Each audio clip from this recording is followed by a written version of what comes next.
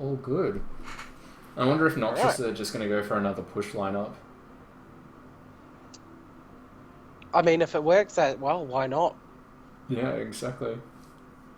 Generally, you don't ever see a team do the same thing 2 games in a row. It does usually get kind of banned out by the other team early on.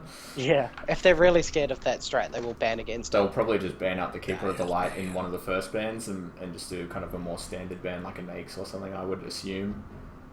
Yeah, I mean, Moops could do something like a Juggernaut Lone Druid pushing strat as well. You've got a lot of push strats that are in the meta at the moment that you can do, and the tree's banned out again first, so they're going with that nutshell again. They sure are. I didn't think a tree would have actually harmed their last lineup, so I'm not too sure. Again, it seems like Noxious are running these really kind of early aggression strategies, so the tree not going to do too much, and they're going to ban out the gyrocopter that they actually picked up last game, so they don't want the kind of an early mid aggression hero being on the other team. Yeah, the banning phase is a lot different in the amateur scene because you don't really know what the enemy plays. You kind of just have to ban for the first 2 picks, first bans anyway. You sort of ban just heroes you don't like playing against. Exactly. I think the only time that I've seen anyone do a kind of ban that was a decent ban is the games that I cast earlier today. Both teams had done their homework, and we saw a Slark on one team being first ban, as well as a Tinker being a ban as well after the Tinker that we watched the other night. Yeah, well, I saw the only team I know in the Aussie scene that plays a good Slark is Hans Reborn. Yep, and that was the team that it was banned against. So Hal didn't get his Slark. He was very upset. Are they playing against? Are they playing under a different tag? They're Balls. Balls is Hans Reborn. Got it. 5 seconds. So Wondering why Shaitan was on Balls. yeah, exactly. So yeah, Shaitan was playing that Keeper of the Light. We had Hal, I'm not sure how to say his name, actually on a mid Viper the first game. And then on, who was he the second game? He played a Puck. So did a lot better on the Viper. But still very good game on the Puck as well, and they did take the series 2-0, so can't really complain about their play. They just had very, very good rotation from the supports. Yeah, they're all very very experienced players. Yeah. So they can just do what they like, really. I haven't seen them challenged very much. They sometimes get like easy life, threw them through a bit of a loop, and Mecha TT also give them a pretty good run for their money. But that's about all I've seen that's really stood up to those guys. 10 seconds to go. So A-Town, pick up the Darkseer, always a strong choice. You put him in the off lane or as a solo safe. If you can't get anything from the lane, he can always transition to jungle, so he's a good pick no matter what. He fits into any lineup as well. We might see him paired up with something like a Jacaro or a Magnus just for the vacuum into Ice Path or RP. It's Darkseer's just a great hero. Yeah, gotta love watching those wombo combos. I love combo Good times. strats so much. You sort of go pretty much all in, really. I gotta say, my favorite one is probably the Naga Undying Dazzle. 10 seconds to go. I can't remember who else was on the team, but just basically those three heroes. You drop the sleep, drop the tombstone down, you get 2 or 3 stacks of zombies up before they come alive, and just throw the Dazzle armor reduction out as well, so the Weaver's acting while they're asleep as well, and they just get completely destroyed when they come back alive. I think there was a Keeper of the Light, and maybe a Dragonite and a Gyro rather, as well, so you had either the cooldown or breathe fire and then splash damage coming out from the dragon. It was just disgusting. I remember watching it, and just the other team just completely exploded as soon as the song wore off. Yeah, that used to happen a lot. That's very reminiscent of TI2. It certainly is. With just Naga and the play. The DS and Naga. Yeah. Do you remember the play? Of course, I was watching it live. Yeah, so good. I was just off my couch screaming. I'm just like, oh my god, what the hell? Oh my god. Everyone in my house, I lived in a house of 6 people at the time, and everyone was asleep. Yeah. And I was in the lounge, and like the lounge is between all the bedrooms. Yeah. And I think it was about 4 or 5 in the morning, I want to say. and I woke everyone up. It And was... no one was happy with me. I think probably the best thing at that point is, because it was the final day, I'd moved my PC into the living room, had it going on like a 50-inch screen, but had my secondary, like a little 19-inch screen on the side that had the streams up at the player booths and the crowd. So Yeah, I had the thing going. full-on multicam going on during that play. It was just amazing to watch the crowd just completely erupt, and just everyone went crazy, just Dendy screaming out. It was amazing. Yeah, it was one of those things that you'll never forget. Yeah. It's definitely we see something it- that kind of inspired me to keep going through with 10 Dota. seconds to go. Yeah, but we see Shadow Demon Clockwork picked up for Noxious. So they've got that Shadow Demon again. They pick up the Clockwork for the offlane. He could mid, depending who he's against. Don't really see it very often. Very situational play. And we see the Dark Series, you said before. Pretty standard. You jump in the jungle to level 3, go to the offlane, and usually have an alright time. You don't get everything, but you get pretty decent farm. Yeah, it really depends whether they want to try and get experience and disrupt the farm of the tri-lane, or if there's a solo hero there, if Darkseid is just going to stick around, or if they're just going to go for a really kind of early 8-10 minute mech by keeping him in the jungle and just getting free farm there. Dyer's ban. Yeah, pretty much. He can play around with the carries farm with that Iron Shell, but speed rushing mech is pretty nice for a pushing strat. Yeah, I do like the Nake's pickup. Oftentimes, if Clockwork hooks in on you and cogs you up, it's more of a case of, you're trapped in here with me, I'm not trapped in here with you. You can just activate the Rage and hit on Clockwork, just get your health back, and really, really hurt that Clockwork as well. If you have a follow-up kind of AoE stun from Alina or Leshrac outside the cogs, it's basically Clockwork just hooking into his own death, so we'll have to be very careful not to aim the Lifestealer there. Yeah, you can't hook a life stealer. You die. I think one of my favourite combos was actually playing a Nake's with a Clockwork, just infesting into the Clockwork, getting the hook off, popping the cogs, and Lifestealer pops out. And we nicknamed the combo the Rage Cage. That's good. That's a good name for it. I still prefer the old Spirit Bomb. Yeah, Spirit Bomb is pretty good. One of my favourite, yeah, with either Storm Spirit or Spirit Breaker, both being candidates for the Spirit Bomb. Well, you've got Spirit Breaker for the Space Cow. Oh yeah, definitely.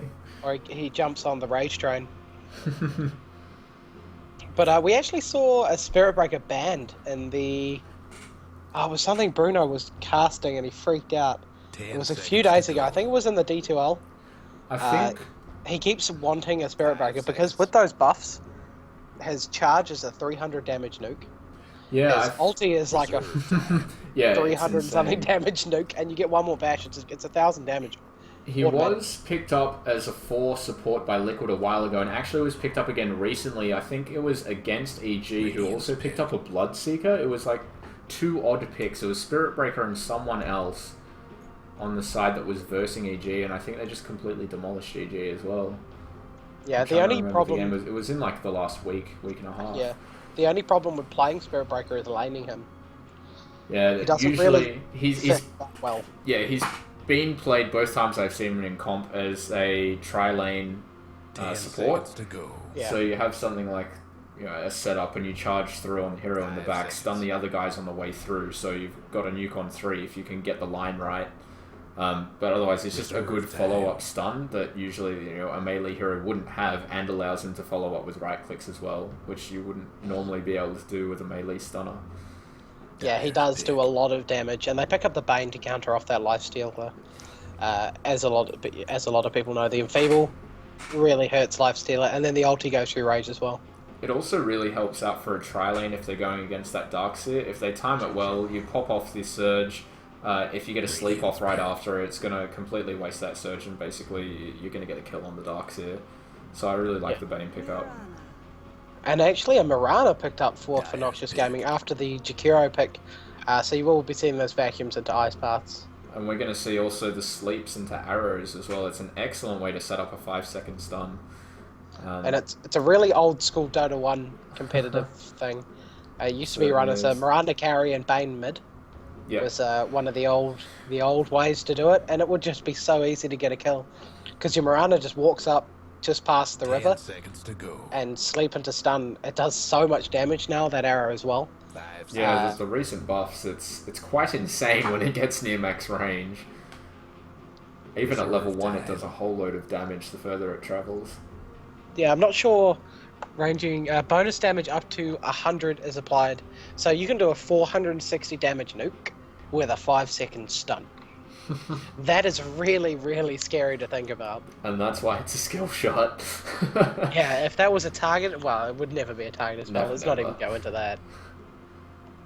Oh, it's insane. Like, at the moment, they don't really have a strong mid-hero.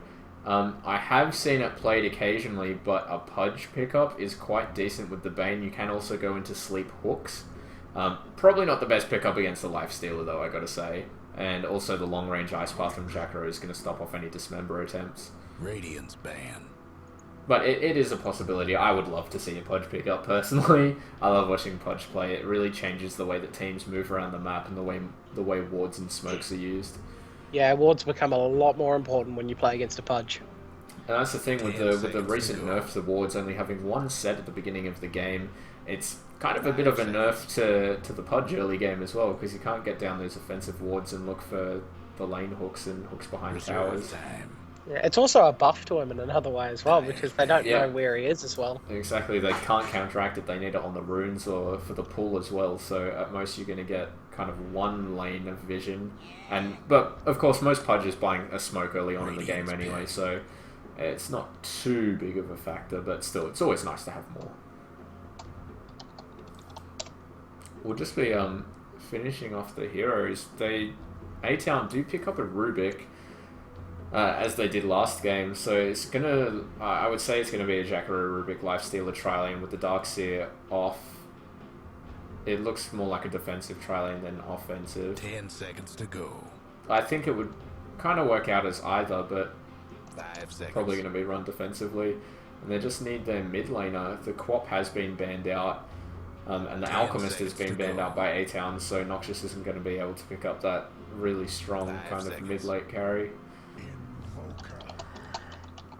And the Invoker is going to be the pickup for Noxious, so they're going to be running the solo mid Invoker, probably going to be going Exhort build, using the Bane Sleep to possibly set up a stun into Sunstrike, so he can help out even from the mid lane. It's going to be a lot of damage out if anyone gets slept. That Invoker Sunstrike and Mirana Arrow are going to be horrible this game, because you've got Sleep and Shadow Demon. Yeah. So you've got two things that can just hold them there for both those roles. And the cogs as well from Clockwork. Oh wow. It's going to be ridiculous. All you have to do, I mean, they could get level 1 First Blood so easily with that try with Mirana Bay and Shadow Demon. Yeah, they certainly can. You just sleep them, shoot an arrow, Shadow Demon can hold them there if you need to afterwards, or he could even get the sleep off and Shadow Demon could go the Soul Catcher level 1. He doesn't grab it, but level 2, sleep, Soul Catcher into arrow, you can start instant killing people. Yeah, so on the side of the Radiant we have Why Are You My Clarity on the Invoker, Moops on the Shadow Demon, Buzza on the Bane, as well as Adam Jensen playing the Clockwork and Confetti on the Mirana. And on the Dire side we have Admiral Sussdawg playing the Darkseer. Storm Spirit is being played by Smileyface. Jakiro is being played by Rick. Nax is being played by Caster, and Jakiro is being played by assalj. Rubik, yeah. What did I say? You said Jakiro again. Okay. Oh, jeez. It's 12:30. All right. Yeah, I gotta remember it is 2 hours later for you. Yeah. It's the middle of the night. So it's looking like Invoker's actually going to be going safe lane at the moment. Hasn't picked up any kind of orb yet, but we're going to see a mid Mirana with an Invoker as the farmer in the safe lane try. It almost seems pointless. I don't see why, because the Bane works so well with the Mirana arrows, and the Invoker doesn't. He can do it from mid to get kills on the try. Maybe they thought the Darkseer would just ditch it anyway, so the Bane can just rotate to mid, and then the Mirana arrows can just hit on mid with the Invoker getting the stun strikes from bot. Possibly.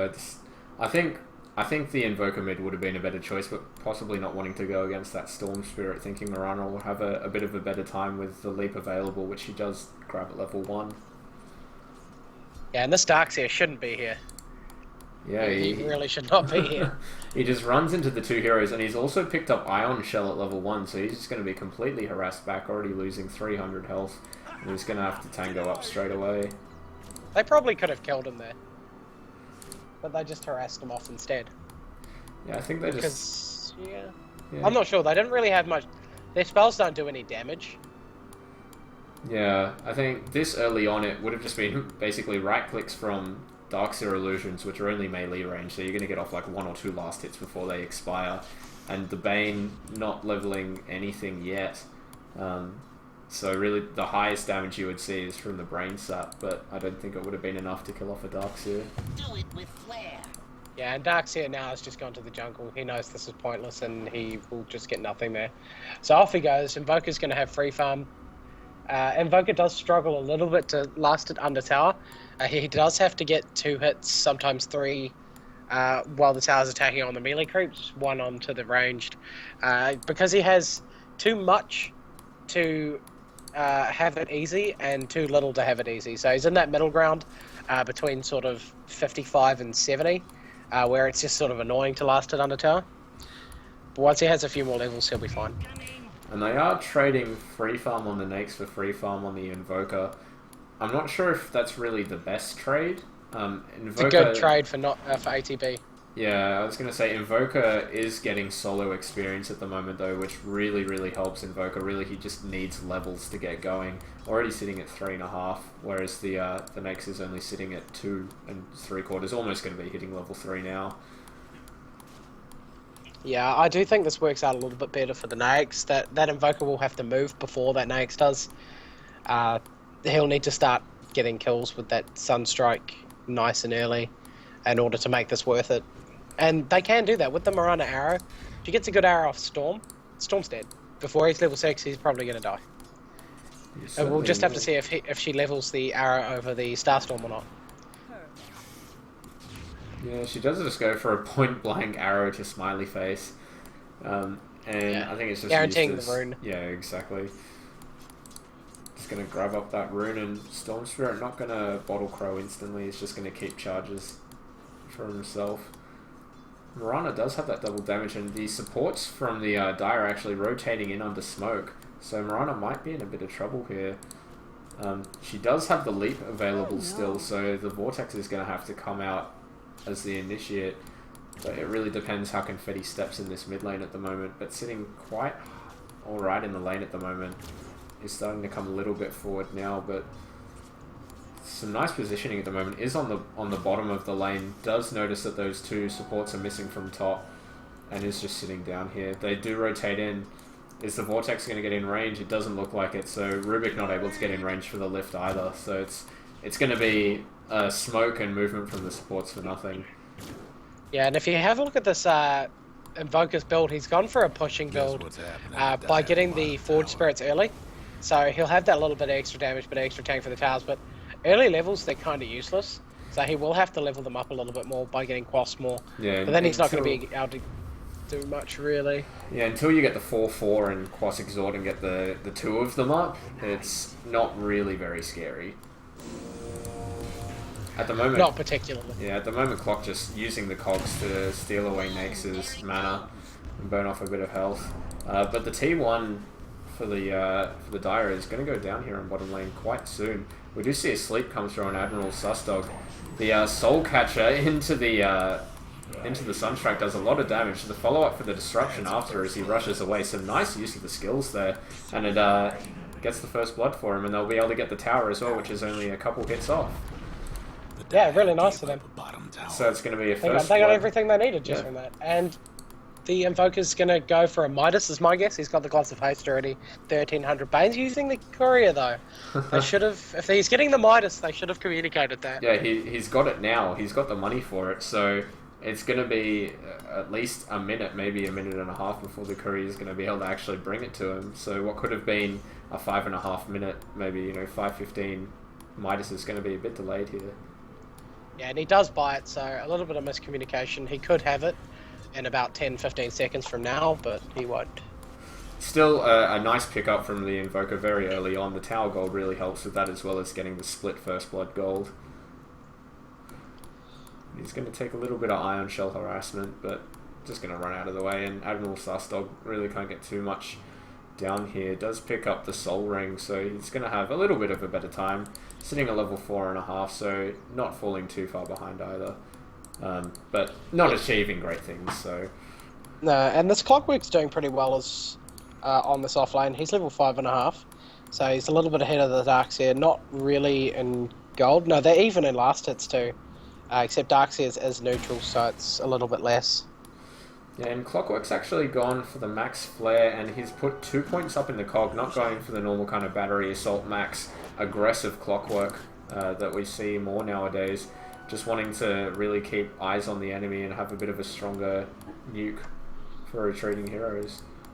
The vision is always great if you're trying to run something like a Bane Mirana, as well as going for Sun Strikes and Rocket Flare skill shots. So might see It's just got so much. It's like one sleep, and then you've got Arrow, Sunstrike, Rocket coming in. Yeah, exactly. And with a Soul Catcher on it as well if the Shadow Demon's nearby. The Bane. Insta-kill on anyone, if you land it. And the Radiant supports are doing a really good job of pulling these camps through. They've just been not stacking up that pull camp, but just pulling them through every single time, and it's been giving them quite a bit of experience. Shadow Demon's almost level 5. It's going to hit level 5 off these creeps, and Bane will be hitting level 4 as well. So it's some really, really good play by the Radiant supports. Yeah, it's all going pretty well for Noxious, except for the fact that Naix has 39 last hits. And he's got boots, 1600 gold. Be interesting to see what he goes. It might have been worth going a Midas to try for the late game in this, because they do have the better late game team in my opinion. Yeah, I do think that a Naix definitely wins out on a farmed Invoker, as well as a Mirana. Mirana just really... I like the idea of Mirana, I just think she kind of falls flat in execution. Unless you've got like big combo heroes that can really make use of Moonlight Shadow as an initiation tool, I think it's a bit wasted. And she doesn't have the best carry potential, she's not the best ganker. She's kind of like mediocre in every aspect in my opinion. Yeah, she does get pretty scary when she gets a lot of gold, but so does every hero. Yeah, I was going to say, who doesn't? I think I'd rather have something like a Puck with a lot of gold than a Mirana. It's all situational, of course. I don't know, I'd rather have the Mirana, but hey. The two supports are going to smoke up again. In fact, Mirana might run into the Jakiro here. The Rune Lord does spot out the Mirana rotating to top, so the Naix is going to know she's coming up here. The two supports are going to run into her as well. Yeah, she's got to get out of there now. She has picked up Treads, so she's going to be switching it up, getting some casts out. Does have a haste rune bolt as well, so even if she is found out, I think she should be able to get away. The arrow does hit on Smiley Face. It's going to be a double Starfall and a very easy kill. Just the extreme lucky Starfall there. Yeah, does get in range for that double hit, but as I said before, does have that haste rune bottled up, so even with the Jakiro Ice Path and Jewel Breath coming through, she's just able to run away very easily. Yeah, nice little pick off for Mirana. She always likes the extra money, and Storm needs early gold to really feel the pain of a Storm. Yeah, I think Storm was kind of actually trying to bait that. He should have known the arrow was coming through, because they did spot Mirana going down. I mean, it had been coming out. Oh, a nice step forward, and he might actually get the Mirana here. She's very low in health. 2 more auto attacks. She does bottle up. Bottles up again, but now he's in a lot of trouble. He gets stunned under the tower. The Invoker Sunstrike a little bit too late there. Of course, the stun not lasting very long when it's that close range. But Smiley Face has to back off and doesn't get the kill on Mirana. So it's a nice bottling up between hits. Lets her live. Yeah, I'm surprised she didn't actually trade switch there. She must have calculated it to know that she wouldn't die, or just forgot to, really. Yeah, just a bit of luck, and Of course, bottle does heal slightly more. She could have used the bottle and then tread switched, but I didn't think he would. Clockwork actually going on the Nakes up top, faking out the hook, goes for it, finally hits it off, and one last hit. It's going to be a solo kill for the offlane Clockwork on the free farm Nakes. Yeah, nice play by the Clockwork. He's just been harassing down with the rocket flare over time while these supports have been trying to do other things. Faking out the hook. Yeah, it was nice little side steps there. But because that rocket's level 4, it does a lot of damage. It's 200 magical damage, which doesn't seem like that much, but 4 or 5 times in, it's a lot of damage. Yeah, it does only have a 14-second cooldown at max level, and it's decently spammable at only 50 mana. He does also have mana boots, so you get 2 or 3 casts out of that, almost 3. So, you know, 2 and 2/3 casts just for that 1 mana boot charge. A great pickup. Sometimes you'll see the Soul Ring picked up by Clockwork players. It gives them a bit of that HP regen as well as the mana that they can just throw out before going in for a hook shot and cog combo. Or that last little rocket flare as they're going back. It's a little bit risky on an offlane Clockwork just because putting your health down on an offlane is generally not a good idea. Not always the best. The Radiant supports again stacking up creeps, and they're going to try and take it down with the Shadow Poison. They're just leveling themselves up, basically. Bane's still only at level 4, about to hit level 5, but I think that level 6 is something that they really want to get before they go in for big team fights, so they can just lock down that single target with Fiend Script and just go for the kills from there. As we said before, just with the sleep it's deadly, but with the Fiend Script that's also doing damage to you, it's just horrifying. Yeah, they've definitely got a lot of single target damage, but not a whole lot AoE. Double damage. So they'll be really good at getting pickoffs, but not a lot else other than that. The Invoker is getting a Yule, so he'll be able to knock out that Tornado into... I can't remember what they're called now. Meatball. It goes Yule Sunstrike into Deafening Blast Meteor. That's what it's... Yeah, so that was... it was actually run by K Phoenix in the Potato Stacks game against Bulls earlier in the day. Was it today? It was today. And on a losing team, that Invoker was still finding pickoffs all around the map and doing a really good job. So props to K Phoenix for some great Invoker play. But unfortunately, his team wasn't able to take it out. Yeah, it does a lot of damage. Like, you don't notice it, but then all of a sudden, your 1500 magic damage is just out and killing them. Yeah, the difference there is that Invoker went for full-on max exhort, whereas YU My Clarity's gone for a couple of points in the quas early on, just for those Forge Spirits, which he seems to have kind of abandoned. He's already up at level 10, but not having the 4/4, which he could have by now. Instead, just going for a bit more last-hitting harass power. The Clockwork's going to get caught out by an Ice Path and a Dual Breath. But he's going to stay alive. It's just a tickle. Yeah, and these supports are getting so much in this jungle. They're both stacking camps, and the Shadow Poison, if you watch it, hits both those camps. The Shadow Demon does take a bit of damage for doing it, but it's a lot of gold they're getting and a lot of experience. Yeah, they're trying to... Ooh, we actually see Invoker picking off Rubik on the bottom lane. No? Or was he taken out on the top? No, it was taken out on the top by a Sunstrike from Invoker that was thrown from bottom. So some nice comboing up there. Yeah, with these supports, they're actually trying to get the hits going on Buzza so he can then just use Brain Sap and regen the health that he takes from those hits. So it's a very well thought out strategy and something that they must have thought of before the game and practiced quite a bit. Yeah, it's working really well for them. I mean, these are rich supports. They haven't really done a lot on the map, but they're both level 6 at 14 minutes, which is pretty good. One's got an urn and one's got mana boots. Mirana might be going for a Courier Snipe at top, and she gets it. Sitting behind the tower in Invis Rune, the Courier goes and delivers the drums to the Nakes, and she's able to pick it up. A leap forward by Mirana just misses on the arrow. Rubik's going to be able to lift her. But she has the speed to follow, just wants that one last Starfall, and she knows she's going to be able to get the kill. Oh, the Rubik, the Surge thrown out by Darkseer, but he runs back into it. It's actually worse for him. He gets hit by the Starfall for the kill, as well as Shadow Demon and Pain getting a solo kill. Well, not a solo kill, but a kill just with the two of them on the Nakes. after the Fiend's Grip was thrown out. And the Storm Spirit died as well. Jeez, just things not going well for A-Team right now. If you take a look at the experience graph, it's 7.5k, a very steep decline incline for Noxious, and the gold is up at 7.5k as well. And this Invoker is just completely dominating the net worth chart, sitting at 8k gold, which is double the highest farmer on the Dire side, which is actually the Darkseer.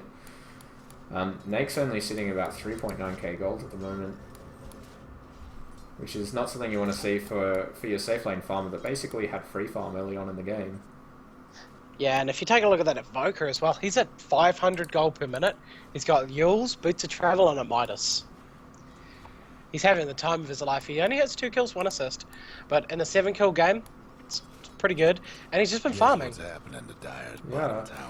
At the moment, his presence hasn't been needed at all, except for the occasional Sunstrike, and he's going to be able to push down this T2 tower uncontested if the Dire are really intent on this T1 at top. They've got all 5 heroes in the area, and they just seem content to let Invoker take down this bottom tower with the next wave of creeps. Yeah, they tried to push on the tower, but the Clockwork Rocket just kills all the creeps. And Invoker's going to pick up the last hit now.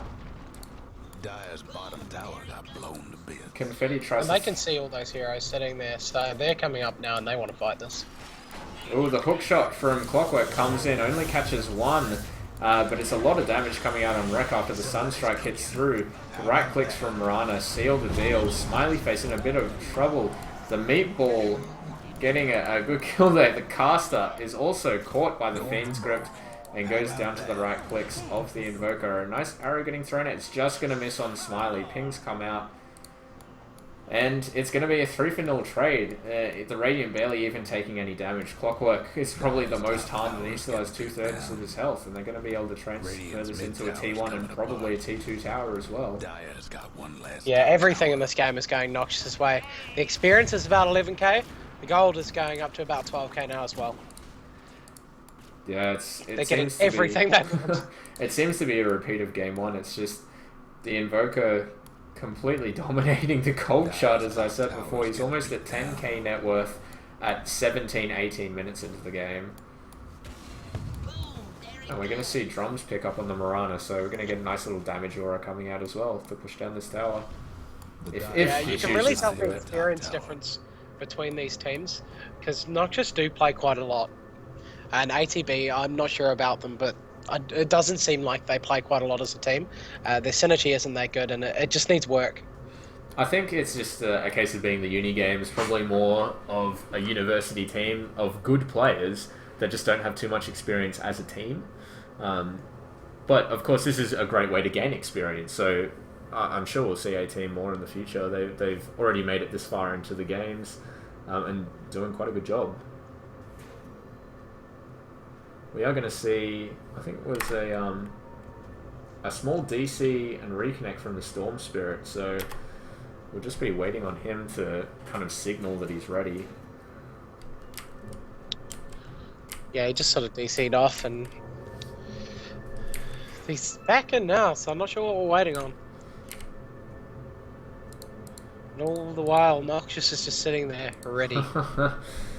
Ready to kill. They're going to be taking down this tower, and Clockwork actually has an Agnum Scepter completed up. It is sitting in his stash though, so he won't be getting it for a little bit longer. Alright, carry on. We see the hookshot coming out instantly on the Rubik, as well as the Sunstrike just completely destroys that Rubik. The Nake's does jump in, but a nice defensive sleep there onto the Clockwork from Bane. The disruption comes out on the Nake's. They're going to try and follow it up, but the phase boots and drums are enough to let him run away there.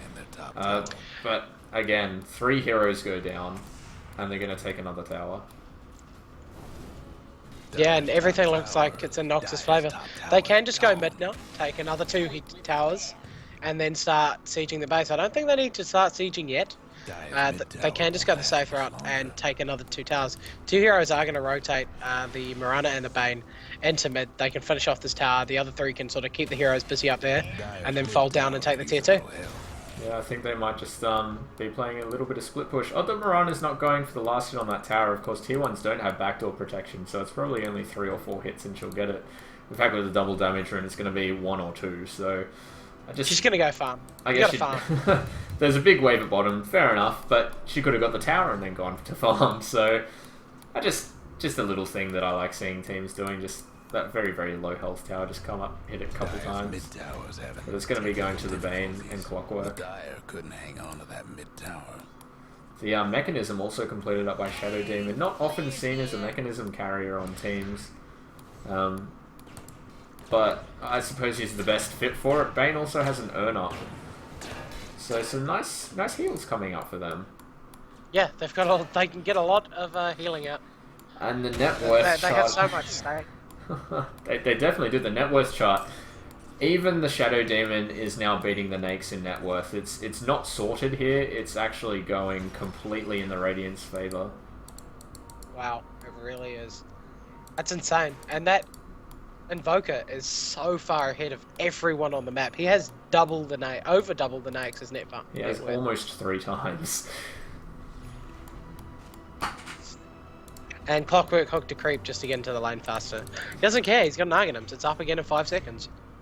I mean, they have dual mana boots as well. He's got his own and some on the Bane. The Jackar actually getting stunned by the arrow. Is it going to be followed up? There is the hook shot. The Met comes out from the Darkseer. But that Sunstrike just doing so much damage. The follow-up, Lifesteal actually gets a kill on the Bane with some Infest damage. And the Moonlight Shadow is going to be thrown out by Mirana.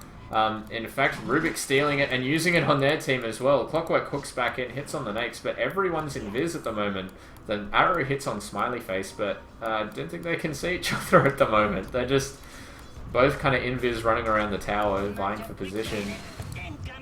Bane has come back, and with the urn, as well as the mechanism coming back in about 15 seconds, they should just be able to stay in mid lane and pressure it, while Invoker's just getting farm on the creeps at top, and I think he's done a minute amount of damage to that T3 tower. Yeah, not a lot. And if you had a look too, the Mirano's actually blocking the Clockwork so he couldn't hook in. I think they're just playing around a little with each other now.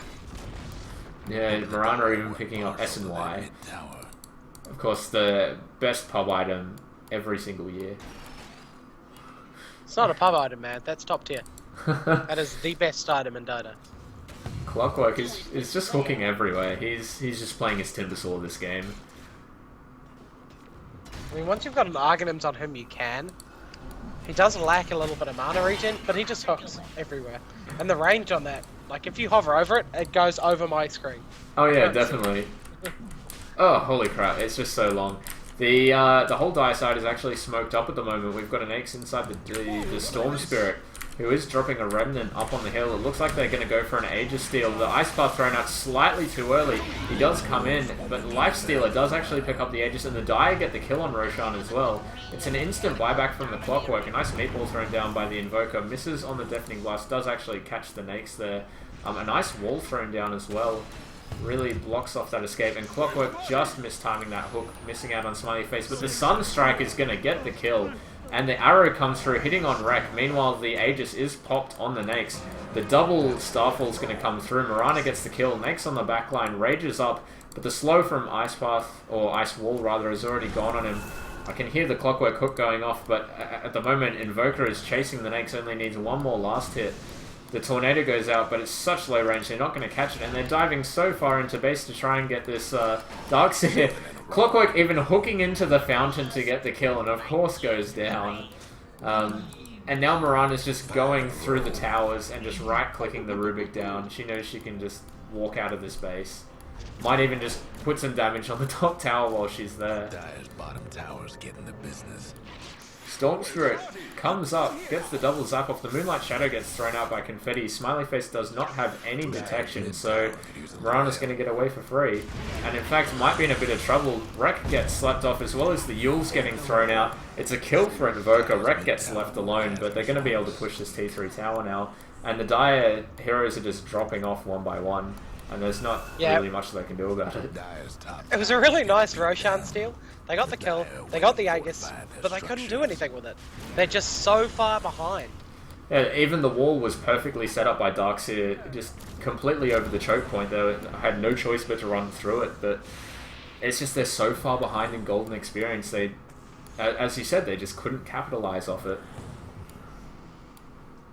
If we take a look at the experience, it's 20k in favor of Noxious, as well as being almost 25k gold.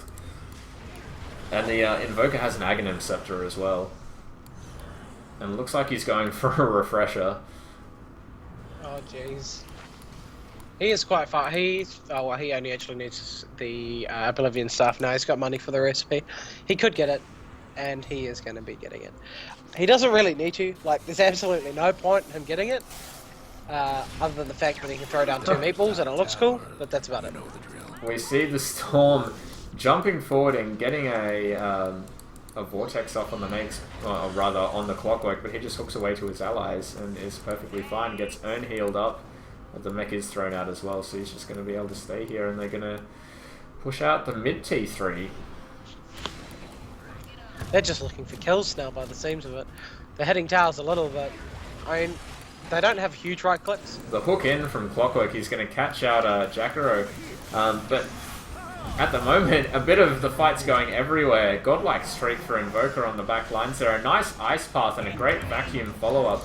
But Sussdawg is just going to die for his troubles getting that close. Clockwork, another nice hook in, but dies as he hooks. But the stun was all they needed. The good game gets called by Sussdawg.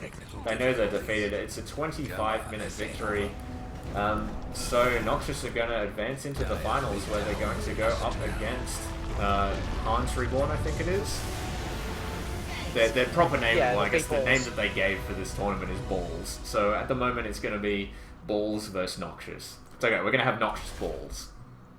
Noxious balls. But a great game being played. Invoker 10-0-6, not dying at all, as well as the Shadow Demon and Mirana, clean records.